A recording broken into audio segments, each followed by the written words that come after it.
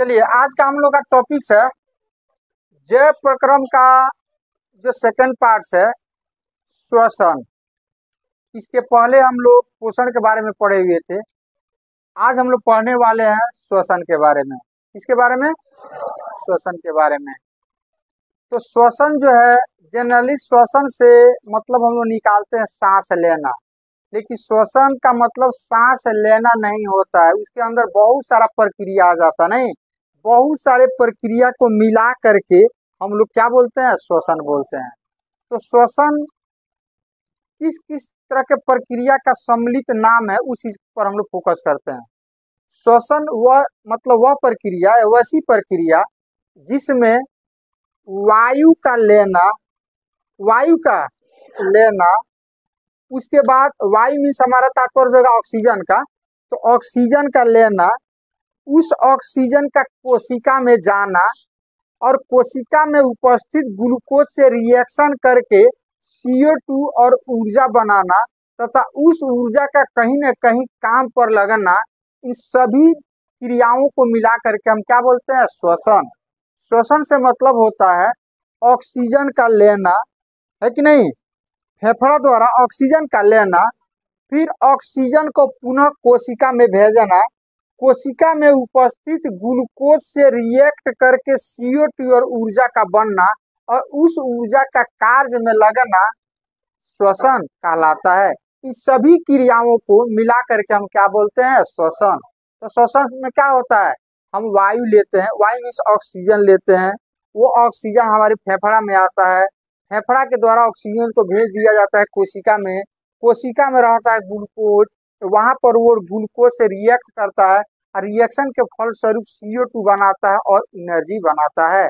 तो सह उत्पाद के रूप में क्या हो जाएगा, CO2 क्या हो जाएगा, अब मेन उत्पाद क्या हो जाएगा, एनर्जी, क्या हो जाएगा, एनर्जी। और CO2 फिर हम क्या करते हैं, वापस जो है फेफड़ा की सहायता से बाहर भेज देते हैं। तो इन सभी जो भी क्रियाएं इसमें की जा रही है, उन सभी क्रियाओं का सम्मिलित नाम ही है श्वसन। क्या नाम है, श्वसन। तो श्वसन की क्रिया करने के लिए कुछ विशेष अंग होते हैं जिसको हम बोलते हैं श्वसन अंग। श्वसन की क्रिया के लिए मतलब ये सभी कार्य करने के लिए शरीर के अंदर, जीवों के अंदर कुछ विशेष अंग होते हैं, उन अंगों को कहते हैं हम श्वसन अंग। क्या कहते हैं, श्वसन अंग। श्वसन अंग। श्वसन की क्रिया करने के लिए जीवों में कुछ विशेष अंग होते हैं जिसको हम बोलते हैं श्वसन अंग। ये श्वसन अंग जो होते हैं मुख्यतः 3 टाइप के होते हैं। कितने टाइप के, पहला हो जाएगा हमारा, पहला हो जाएगा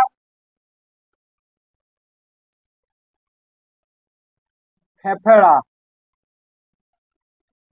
लंग्स जिसको फुफ्फुस कहते हैं क्या कहते हैं, फुफ्फुस कहते हैं। दूसरा हमारा आ जाएगा श्वास नली, श्वास नली, ट्रेकिया, क्या चीज, ट्रेकिया। तीसरा आ जाएगा गलफड़, क्या चीज, गलफड़। गिल्स, क्या चीज, गिल्स नहीं। और कुछ जीव ऐसे होते हैं या परिस्थिति बस कुछ जीव जो होते हैं अपने त्वचा के द्वारा भी श्वसन की क्रिया करते हैं। तो वो ऑप्शन में हो गया। मुख्यतः श्वसन के अंग कितने होते हैं, 3। कितने अंग होते हैं, 3। फेफड़ा, श्वास नली, गलफड़ या गिल्स।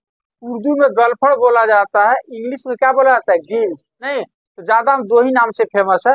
तो श्वसन अंग कितने होते हैं, 3। कितने अंग होते हैं, 3। कौन कौन, फेफड़ा, श्वास नली और गलफड़। अब प्रश्न ये उठता है कि कौन कौन से जीव जो होते हैं वो फेफड़े के द्वारा श्वसन की क्रिया करते हैं, कौन कौन से जीव जो होते हैं वो फेफड़ों की सहायता से श्वसन की क्रिया करते हैं, नहीं, श्वसन की क्रिया करते हैं।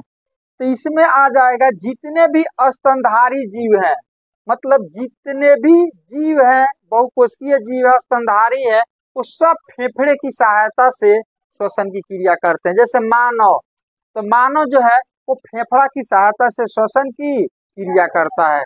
तो फेफड़ा द्वारा श्वसन की क्रिया करने वाले में कौन आ जाएगा?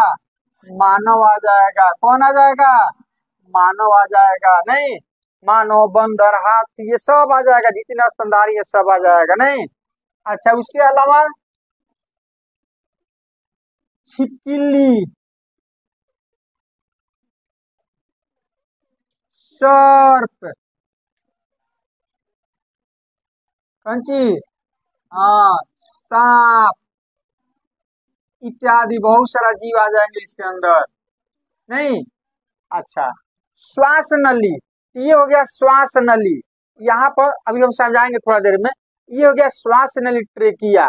तो कुछ जीव ऐसे होते हैं जो नाक से या मुंह से श्वसन की क्रिया, मतलब सांस से, श्वसन अंग नहीं है नाक मुंह, एक ये तो वहां तक पहुंचने का रास्ता है, पहुंचने का रास्ता है। दूसरा हमारा श्वास नली, ट्रेकिया।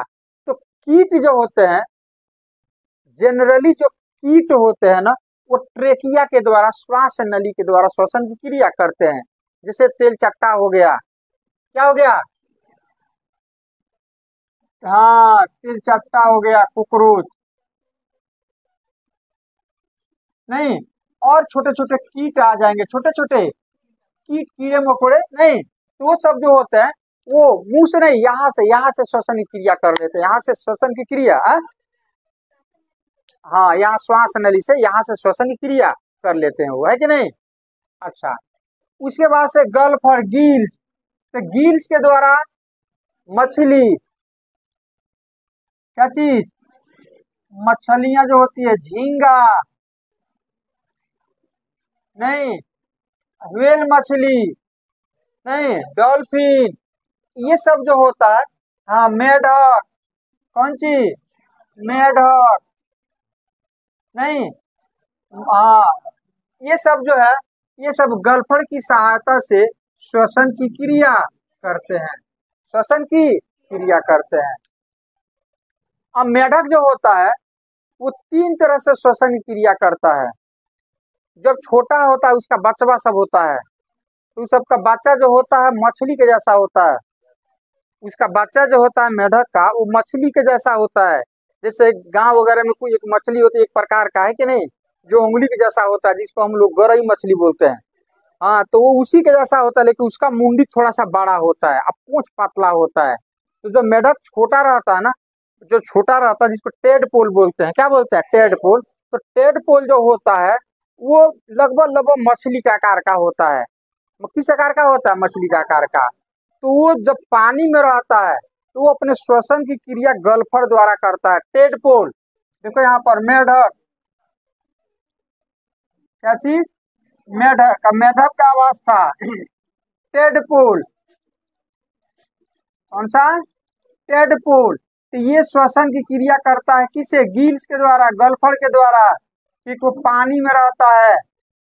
जब बड़ा हो जाता है तो मेढक पानी में भी रहता है और स्थल पर भी रहता है। तो उस स्थिति में वो किसे सांस लेता है? फेफड़े की सहायता से। तो जब स्थल पर फुदकते रहता है, मेढक पेड़ पर भी चढ़ जाता है। नहीं, आप लोग बरसात के दिन में देखते हो, ये का बड़ा बड़ा मेढक रहता है, पीला पीला, हाँ हाँ, इतना बड़ा बड़ा रहेगा, वो आधा आधा केजी का रहता है। अब बारिश का टाइम आया, नहीं, अब बारिश होगा तो निकलेगा, पेक पाक पेक पाक पेक पाक करेगा वो। तो अब बताओ, जब बारिश में तो दिखता है, बारिश के पहले वो कहाँ रहता है? वो बारिश के पहले कहाँ रहता है? वो तो कहीं दिखता नहीं है। बड़ा बड़ा वाला दिखता है, छोटा छोटा दिखता है, 200 ग्राम 100 ग्राम वाला।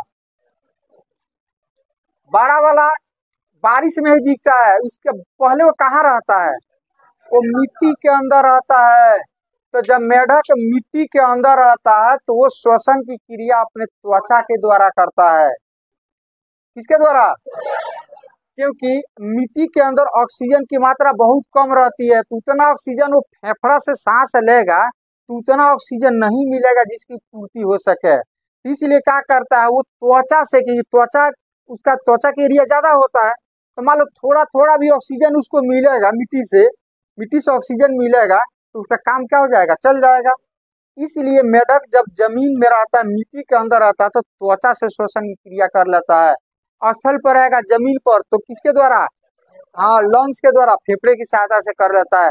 और बचवा किसे करता है, गल पर, हाँ गिल्स के द्वारा करता है। किसे करता है, जिसको टेडपोल बोलते नहीं, केचुआ, क्या चीज, वही बड़ा हो जाता है, वही बड़ा हो जाएगा आपका। तो अब ये मिट्टी में रहेगा, किस में रहेगा, तो मिट्टी में रहेगा, तो त्वचा की सहायता से, किसकी सहायता से, त्वचा से श्वसन क्रिया करेगा। और स्थल पर रहेगा, जमीन पर रहेगा, तो फिर गिल्स के द्वारा, किसके द्वारा, गिल्स के द्वारा, गिल्स के द्वारा। केचुआ, केचुआ त्वचा के द्वारा, केचुआ किसके द्वारा, त्वचा के द्वारा श्वसन की क्रिया कर लेता है। तो चलिए अब आगे बढ़ते हैं हम लोग। अब हम लोग हमारा जो मेन टॉपिक्स है, जो हम श्वसन की क्रिया करते हैं, ये तो श्वसन अंग हो गया।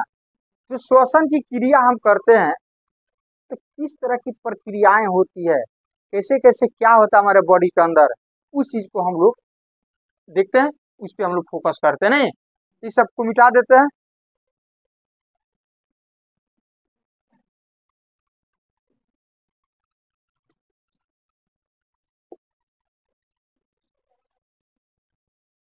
तो देखिए यहाँ पर सबसे पहले क्या होता है, जो हम लोग श्वसन के रूप मतलब सांस के रूप में वायु लेते हैं, क्या लेते हैं, तो वायु में ऑक्सीजन का परसेंटेज होता है, वो होता है 21%। कितना परसेंट, CO2 का जो परसेंटेज होता है वो लगभग 0.03 या मतलब 0.4%, नहीं इतना रहता है। नाइट्रोजन कितना, 78%, कितना 78% रहता है, नहीं इतना परसेंट रहता है। मतलब जब हम ऑक्सीजन लेते हैं, जब वायु लेते हैं बॉडी के अंदर, तो वायु में ये सब चीजें मिली हुई रहती है, नहीं तो इतना चीज हमारा ये इसे हो करके हमारा आता है फेफड़ा में, इतना चीज फेफड़ा में आता है। तो जब हम जब वायु के लेते हैं तो सभी चीजें जाता है हमारे हमारे बॉडी के अंदर। तो सबसे पहले उसका प्रवेश कहाँ पर होता है, यहाँ पर, जिसको नासा द्वार बोलते हैं। क्या बोलते हैं, नासा द्वार। कोई कोई मुंह से सांस ले लेता है तो उसको हम लोग थोड़े ना बोलेंगे, वो तो भोजन का अंग हो गया, नहीं नासा द्वार। कौन चीज, नासा द्वार। तो नासा द्वार जो होता है, इसके ऊपर जो होता है एक होता है जो हड्डी थोड़ा सा होता है मोटा यहाँ पर, इसको बोलते हैं नासा पटल। क्या बोलते हैं, नासा पटल। ये हो गया आपका नासा द्वार, ये हो जाएगा नासा पटल। तो नासा द्वार में जो होता है छोटे छोटे बाल होते हैं, वो बाल क्या करता है कि जो धूल कण आता है, नहीं तो उसको फिल्टर कर लेता है, छान लेता है। तो वायु सबसे पहले कहाँ प्रवेश करता है, नासा द्वार में। नासा द्वार के बाद मिलता है नासा पटल। क्या मिलता है, तो सबसे पहले एंट्री होता है वायु का, तो सबसे पहले भेंट किससे होता है, नासा द्वार से। किससे, नासा द्वार से।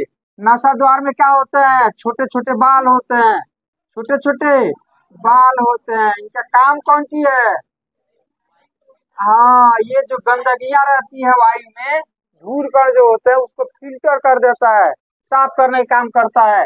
इसके बाद नासा द्वार से वायु पहुंचता है नासा पटल, नासा पटल, नासा पटल में प्रवेश करता है।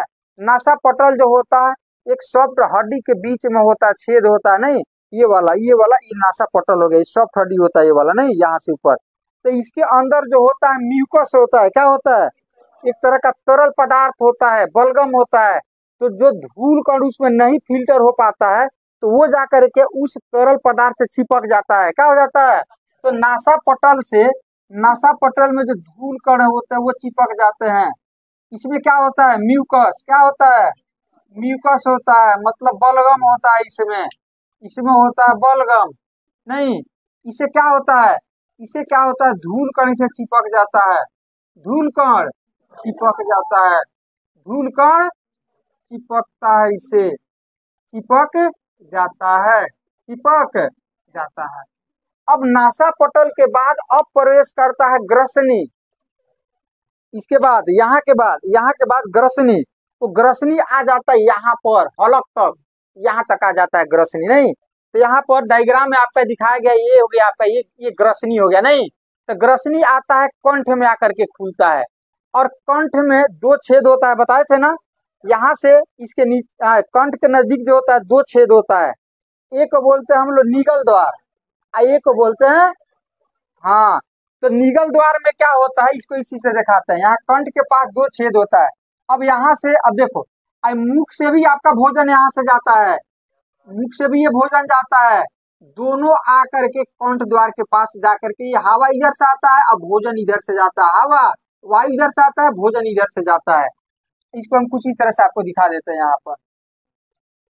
यहाँ पर देखो,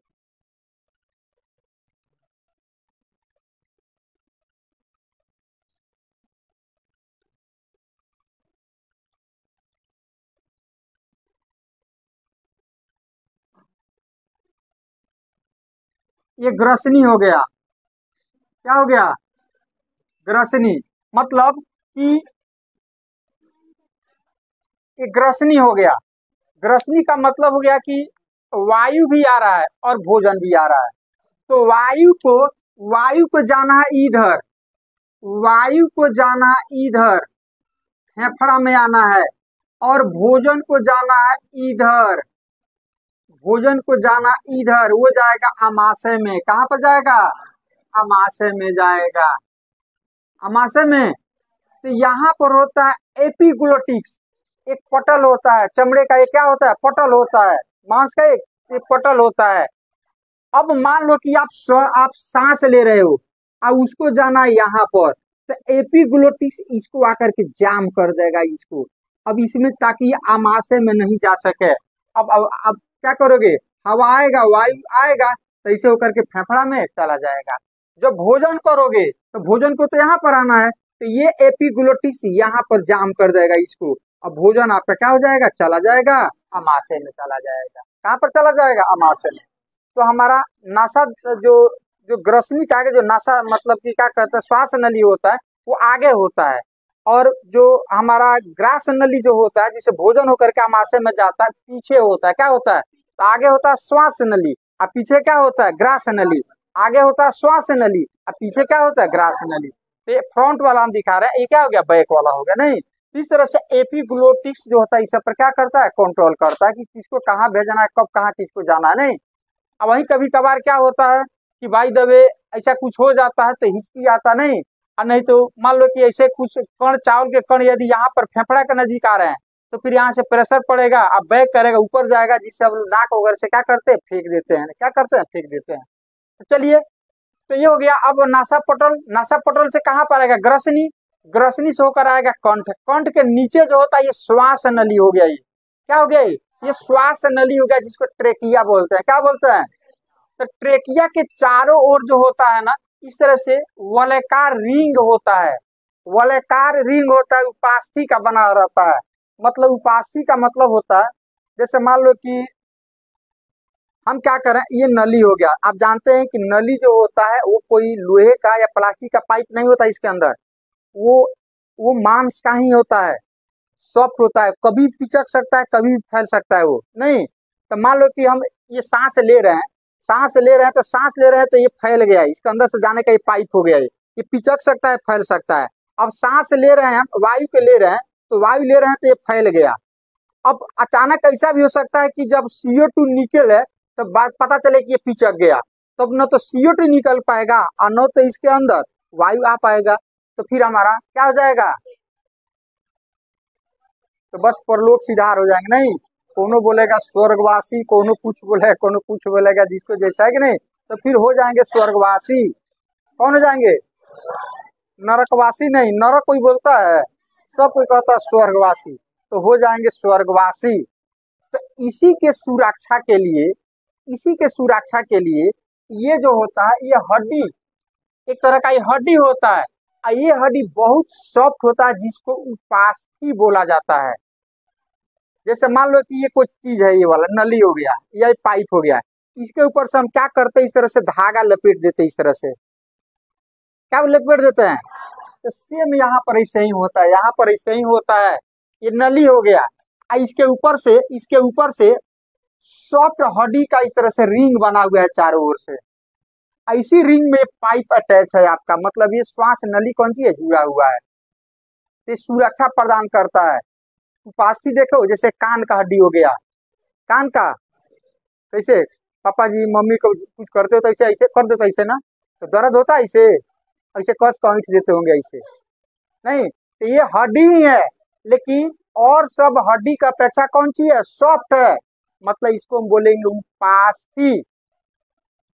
और कहीं उपास्थि बोलिए, सॉफ्ट हड्डी नाक में, यहाँ पर ये वाला कौन सी है, हड्डी ही तो है लेकिन सॉफ्ट है, कौन सी है, ये भी उसी तरह का हड्डी जो होता है, ये हमारा ये श्वास नली के चारों ओर जो है रिंग के जैसा बना हुआ रहता है। उस श्वास नली पिचके नहीं, इस चीज से सुरक्षा के लिए बना रहता है। समझ में आया? तो श्वास नली देखो ना, यहाँ पर देखो रे, पूरा ये उपास्थि तो नहीं है, रिंग के जैसा नहीं यहाँ पर। हाँ, अपने अपने गले में से हाथ डालो, ऐसे ऐसे पता चल जाएगा ये पूरा गला में ये वाला, तो यही तो है ट्रेकिया, यहाँ से लेकर यहाँ तक यही कौन सी है, ट्रेकिया है, नहीं, इसके सुरक्षा के लिए। चलो अब वायु यहाँ से चला, अब ये श्वास नली आगे जाकर के दो भाग में बट जाता है। ये श्वास नली आगे जाकर कितने भाग में, जिसको बोलते हैं हम लोग श्वसनी, क्या बोलते हैं, ये श्वास नली आगे जाकर के दो भाग में बढ़ जाता है। प्रत्येक भाग को बोलते हैं श्वसनी। क्या चीज, श्वसनी। अब ये श्वसनी जो होता है, ये फुफ्फुस में मतलब फेफड़े में जाकर के अनगिनत छोटे छोटे छोटे छोटे छोटे छोटे छोटे पार्ट में विभक्त हो जाता है, जिसको बोला जाता है श्वसनिका। नासाद्वार, नासापटल, ग्रसनी, श्वास नली से कहा जाएगा, श्वास नली से कौन सी होगा, श्वसनी, और श्वसनी किस पे बढ़ जाएगा, श्वसनी का। नासाद्वार, नासापटल, ग्रसनी, श्वास नली के बाद श्वसनी, और श्वसनी के बाद श्वसनी का। याद हो गया, नासाद्वार, नासापटल, ग्रसनी, श्वास नली, उसके बाद से श्वसनी, और श्वसनी अनेक भाग में बढ़ जाता है, क्या कहते हैं, श्वसनी का।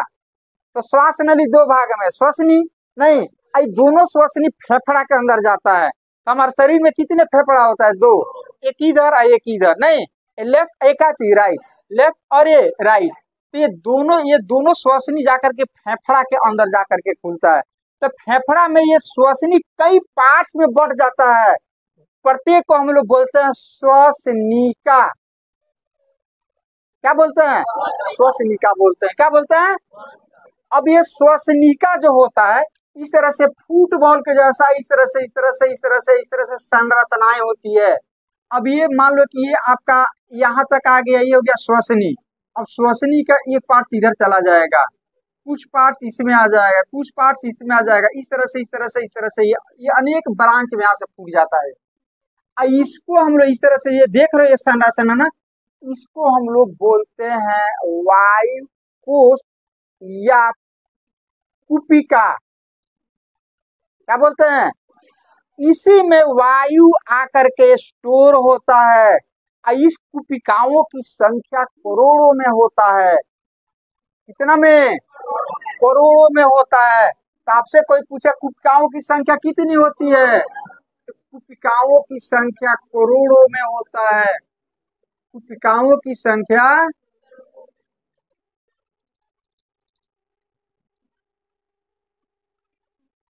लगभग 1 करोड़ से भी ज्यादा होता है।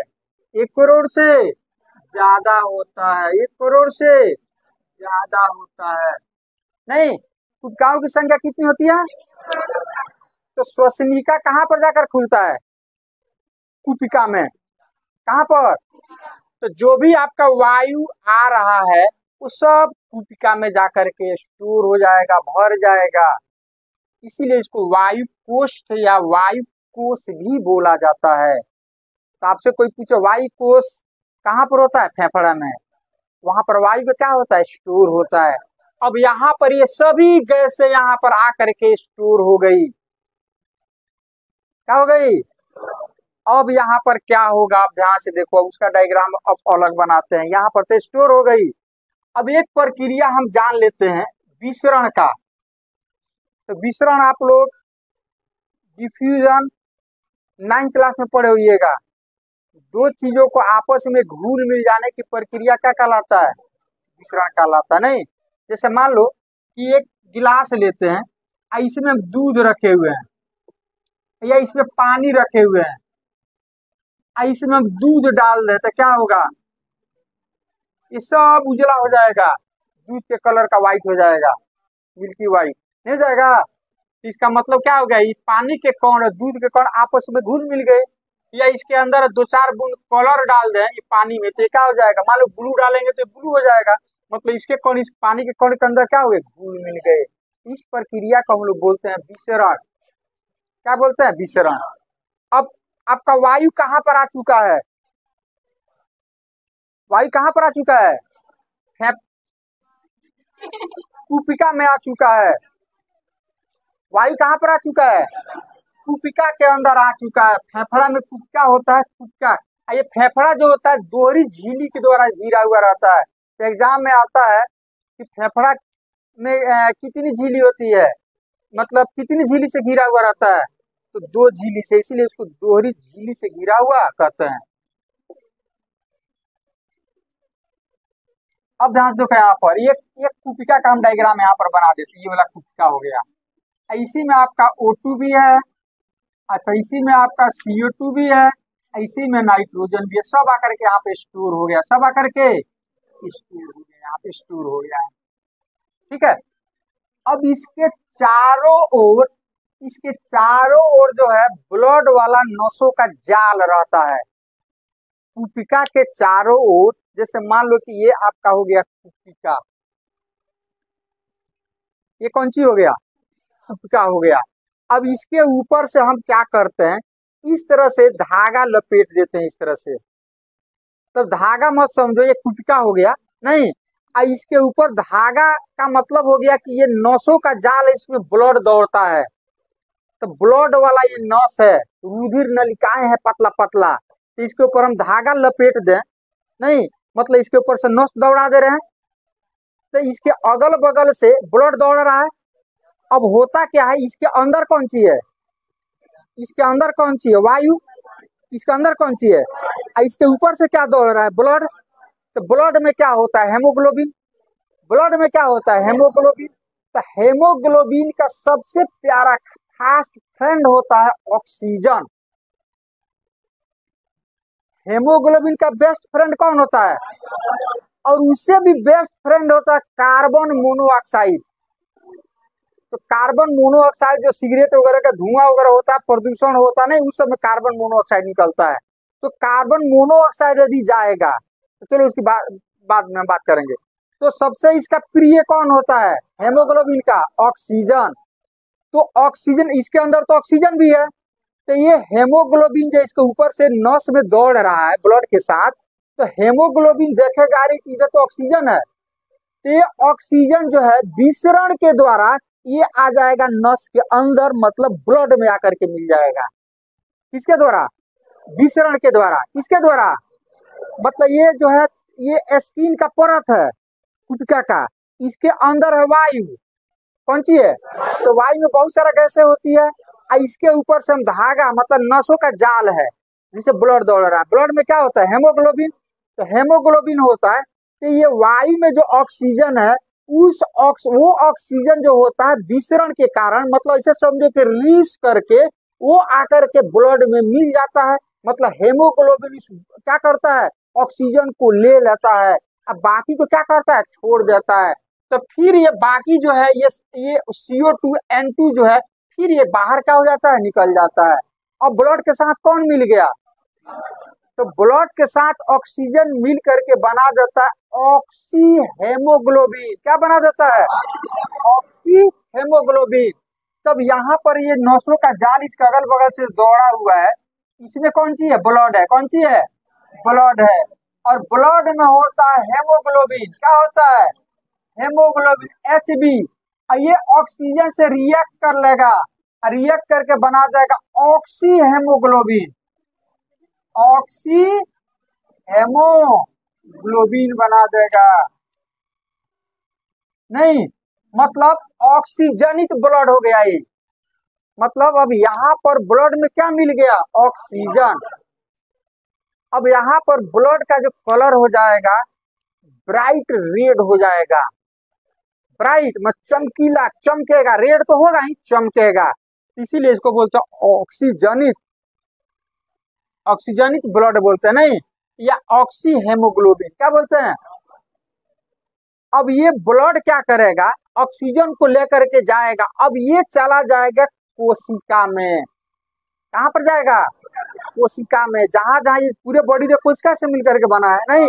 अब ये ब्लड जो है, ये ब्लड हेमोग्लोबिन जो है ऑक्सीजन को लेकर के जाएगा, ऑक्सीजन को लेकर के जाएगा और जितनी भी कोशिकाएं हैं सबको दे देगा। क्या करेगा? दे देगा वहां पर। तो फिर यहाँ से मान लो ये नसों का जाल ऐसे है, यहाँ पर छोटा, यहाँ पर ये नसों का जाल है, यहाँ पर कोशिका है। तो फिर यहाँ से ऑक्सीजन जो है जब कोशिका के नजदीक पहुंचेगा तो ऑक्सी हेमोग्लोबिन, ऑक्सीजन अलग हो जाएगा, हेमोग्लोबिन अलग हो जाएगा। ये ऑक्सीजन जो है फिर रीस करके मतलब विसरण से ये आ जाएगा कोशिका में। कहाँ पर आ जाएगा? अब ऑक्सीजन कहाँ पर आ गया? कोशिका में आपका आ गया। कहाँ पर आ गया? कोशिका में आ गया। नहीं, नसा द्वार, नसा पटल, ग्रसनी, नहीं, वायु कैसे जा रहा है? नसा द्वार, नसा पटल, ग्रसनी, ग्रसनी से श्वास नली, श्वास नली से श्वसनी, श्वसनी से श्वसनिका, श्वसनिका से कुपिका में चला गया। कुपिका से ऑक्सीजन कहाँ चला गया? ब्लड में। ब्लड ऑक्सीजन को लेकर कहाँ चला गया? कोशिका में चला गया। कहाँ चला गया? कोई दिक्कत इसमें?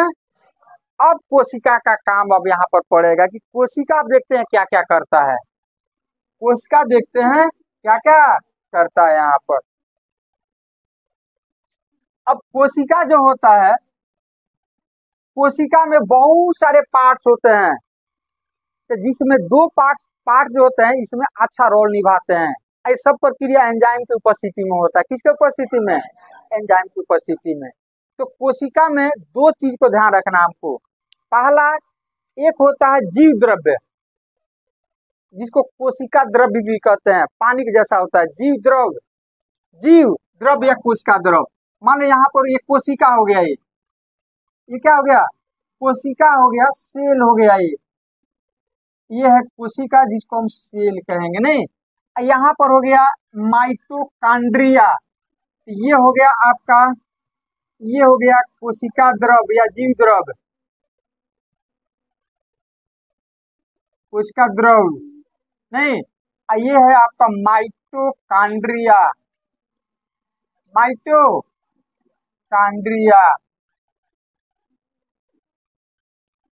माइटोकॉन्ड्रिया। अब ऑक्सीजन जब कोशिका में जाता है तो कोशिका द्रव्य में नहीं जाता है, ये चला जाता है आपका इसमें माइटोकॉन्ड्रिया में, यहाँ पर आ जाता है। तो ऑक्सीजन कहाँ पर चला जाता है? तो आपसे पूछा जाए कि कोशिका में ऑक्सीजन कहाँ पर जाता है, या कोशिका द्रव्य में? नहीं, तो कोशिका द्रव्य में ऑक्सीजन नहीं जाता है। लेकिन भोजन जो आप किए, पोषण में आपको पढ़ाए थे, जो भोजन किए, भोजन से जो पोषक पदार्थ जिसमें ग्लूकोज बना था, वो ग्लूकोज जाता है कोशिका द्रव्य में, यहाँ पर नहीं आता है। वो कोशिका के किस भाग में स्टोर हुआ है? कोशिका द्रव्य में। तो आपका ग्लूकोज है कहाँ पर? आपका, हाँ, तो यहाँ पर O2 नहीं है, यहाँ पर O2, इसमें O2 है। आपका ग्लूकोज है यहाँ पर कोशिका द्रव्य में, नहीं। तो कोशिका द्रव्य में है। अब ध्यान से देखो, तो यहाँ पर ग्लूकोज जो है, कोशिका द्रव्य जो है ऑक्सीजन के अनुपस्थिति में, ऑक्सीजन तो है नहीं, तो यहाँ पर जब ऑक्सीजन नहीं है यहाँ पर ग्लूकोज पहुंच गया, तो यहाँ पर 4 ATP एनर्जी बनता है। कितना ATP? 4 ATP एनर्जी बनता है कोशिका द्रव्य में। कितना एनर्जी? 4 ATP। ATP क्या चीज है? तो ATP जो है एक प्रकार का केमिकल कंपाउंड है, केमिकल कंपाउंड है, केमिकल कंपाउंड एक प्रकार का। केमिकल कंपाउंड का मतलब हो गया रासायनिक यौगिक है, रासायनिक। इसका फुल फॉर्म हो जाएगा, ए से हो जाएगा एडिनो साइन, पी से हो जाएगा ट्राई, और पी से हो जाएगा फॉस्फेट, पी से हो जाएगा phosphate, adenosine triphosphate. ATP का फुल फॉर्म क्या हो जाएगा? Adenosine triphosphate, ATP, adenosine triphosphate, ATP. मतलब फॉस्फेट के ये कंपाउंड हो गया, जैसे CO2 होता है, H2O होता है, वैसे ही एक फॉस्फेट का एक कंपाउंड हो गया जिसमें 3 तो फॉस्फेट होते हैं, नहीं, और ये कंपाउंड है तो स्वाभाविक है इसके बीच बॉन्डिंग होगा इस तरह से।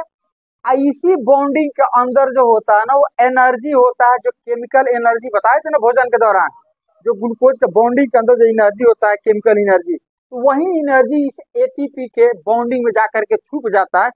इसी एनर्जी का उपयोग हम लोग अपने काम में करते हैं।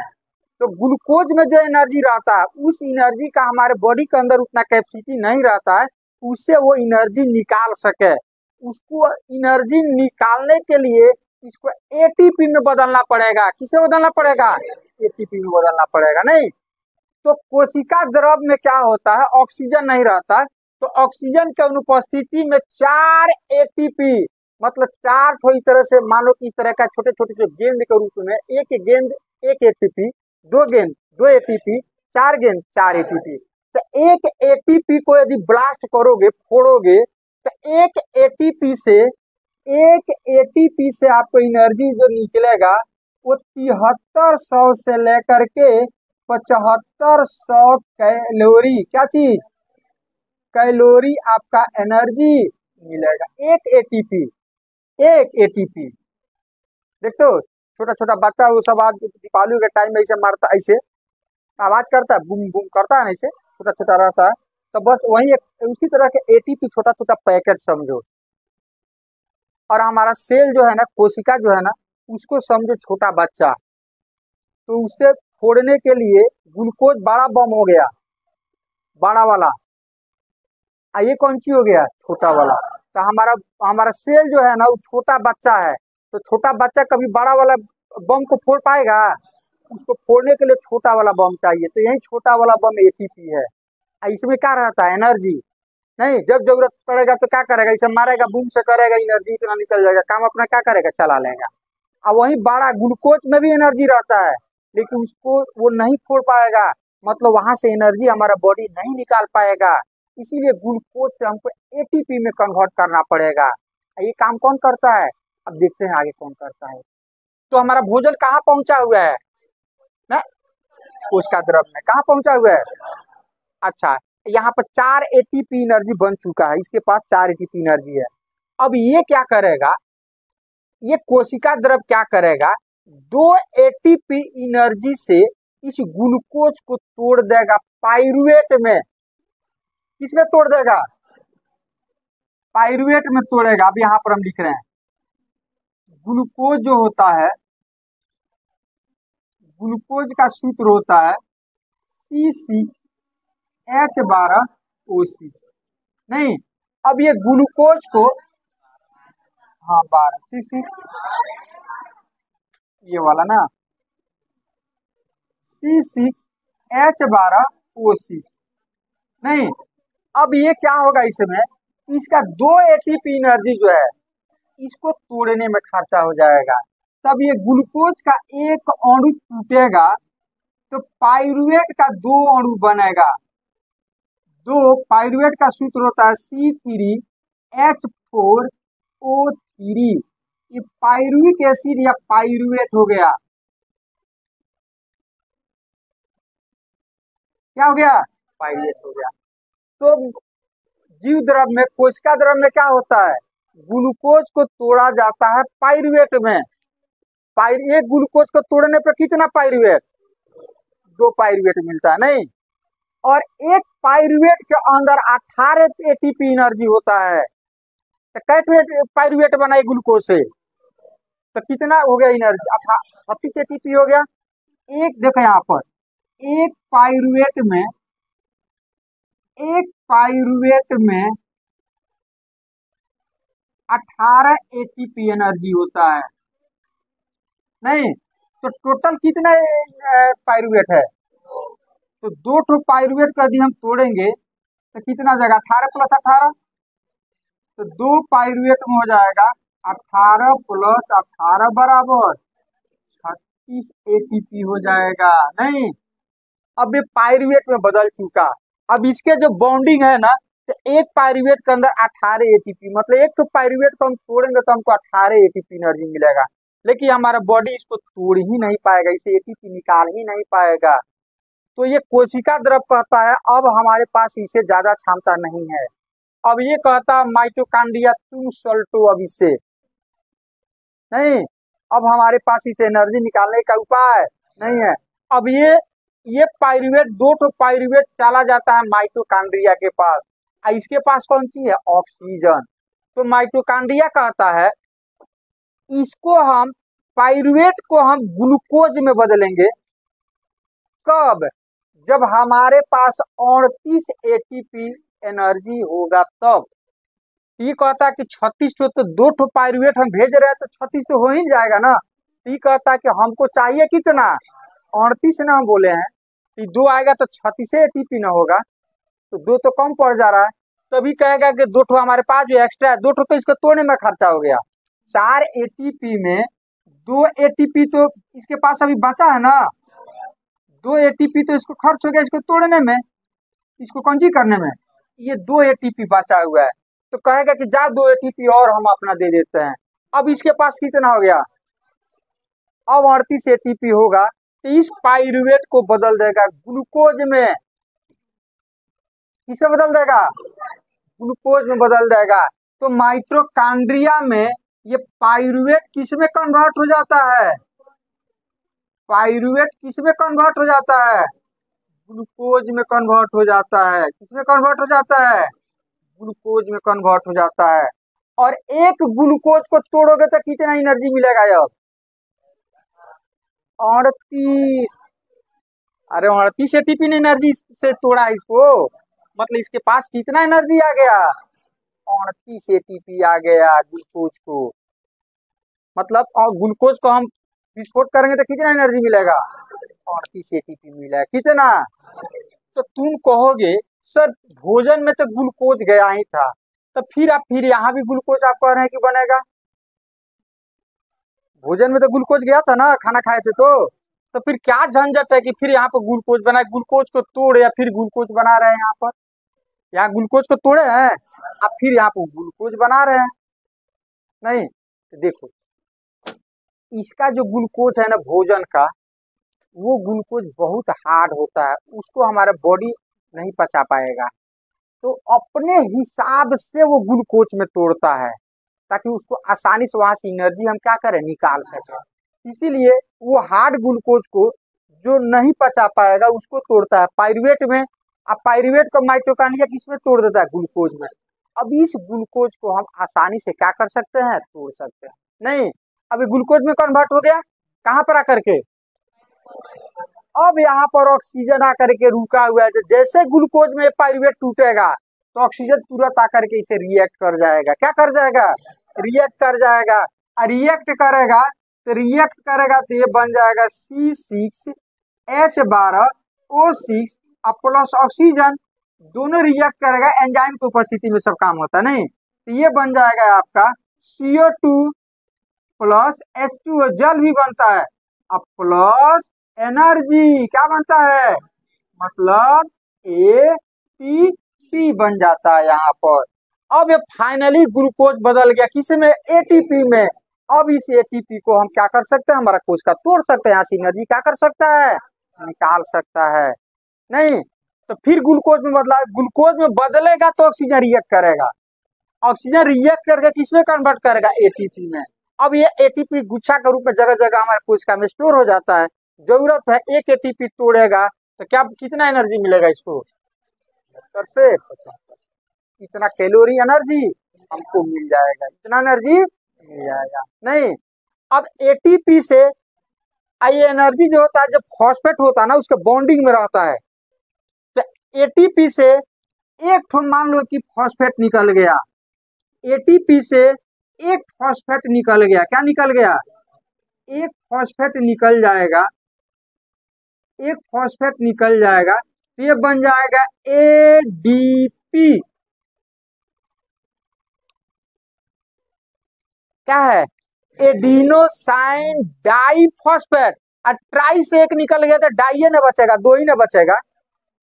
तो एटीपी से एनर्जी एक्चुअली फॉस्फेट के जो अणु होता है ना, उसमें एनर्जी रहता है।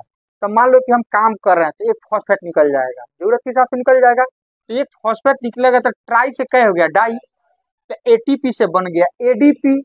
अब फिर हम खाना वगैरह खा रहे हैं, फिर रिएक्शन करके एनर्जी बन रहा है, तो फिर एडीपी में तो फॉस्फेट जुट जाएगा तो बन जाएगा एटीपी। तो इस तरह से एटीपी एडीपी एटीपी एडीपी ये चलते रहता है, बनते रहता है। नहीं, इस चक्र को हम बोलते हैं क्रेब्स चक्र। ये चक्र चलते रहता है, ये चक्र चलते रहता है, इस चक्र को हम बोलते हैं क्रेब्स चक्र। कौन सा चक्र, क्रेब्स चक्र बोलते हैं। अब CO2 बन गया, एनर्जी भी बन गया। अब जो है कोशिका के नजदीक से हमारे नसें दौड़ी हुई है ब्लड वाला, नहीं तो विसरण के द्वारा ऑक्सीजन दे देगा, तुरंत CO2 क्या करेगा, ले लेगा। लेके जब CO2 ले लेता है तो हमारा ब्लड हो जाता है डीप रेड,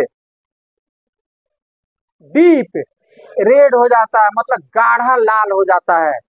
और वो जो ब्लड आता है फिर आता है कुबका के नजदीक, कुबका से विसरण द्वारा कुबका में चला जाता है, और श्वास नली के द्वारा क्या करते हैं, बाहर निकाल देते हैं। फिर ऑक्सीजन आता है, नहीं फिर ब्लड के साथ मिलकर के कोशिका में जाता है, ये क्रिया चलते रहता है। क्या होता है, चलते रहता है।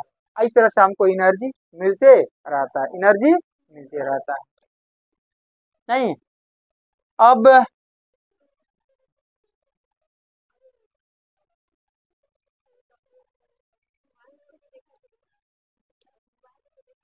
तो इस तरह से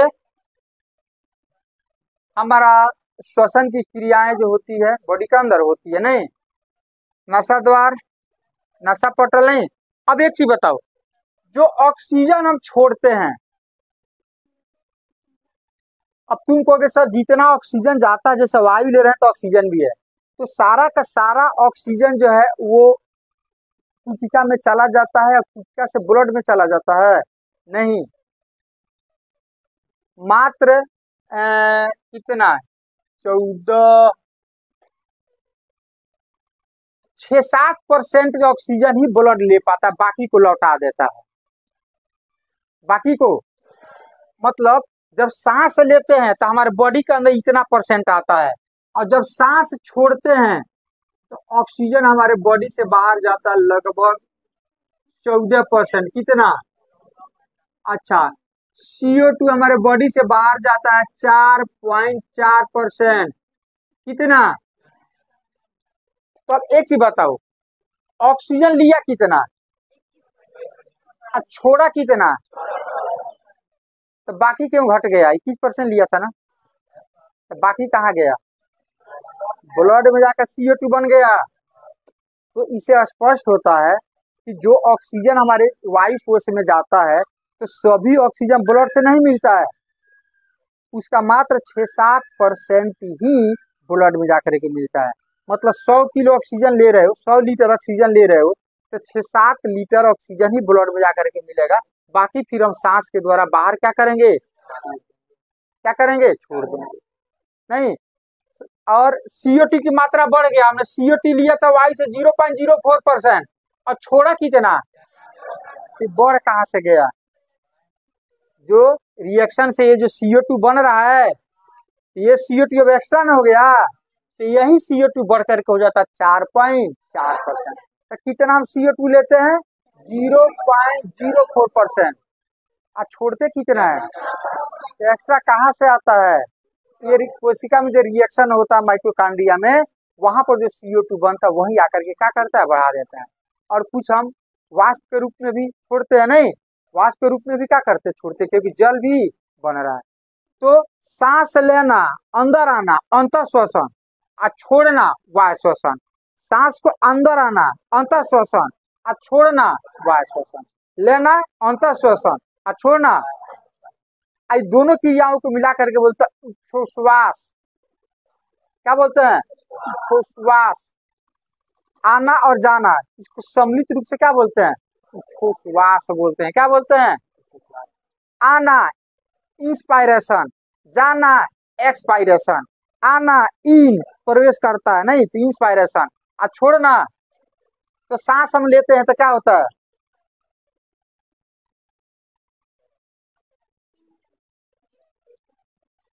तो सांस लेते हैं तो ये हमारा ये पसलियां क्या होती है? फैलती है।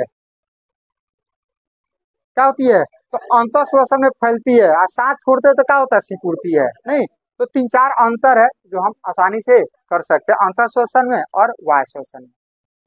अंतर श्वसन और वायु श्वसन, ठीक है। वायवीय श्वसन, वायवीय श्वसन माने ऑक्सीजन की उपस्थिति में, और अवायवीय श्वसन ऑक्सीजन के अनुपस्थिति में। तो माइटोकॉन्ड्रिया में क्या होता है? वायवीय की अवायवीय? वायवीय श्वसन। और यहाँ पर क्या होता है? अवायवीय श्वसन। तो ऑक्सीजन की उपस्थिति में जो श्वसन क्रिया होती है इसको वायवीय बोलते हैं, और ऑक्सीजन के अनुपस्थिति में अवायवीय श्वसन बोलते हैं। अवायवीय श्वसन।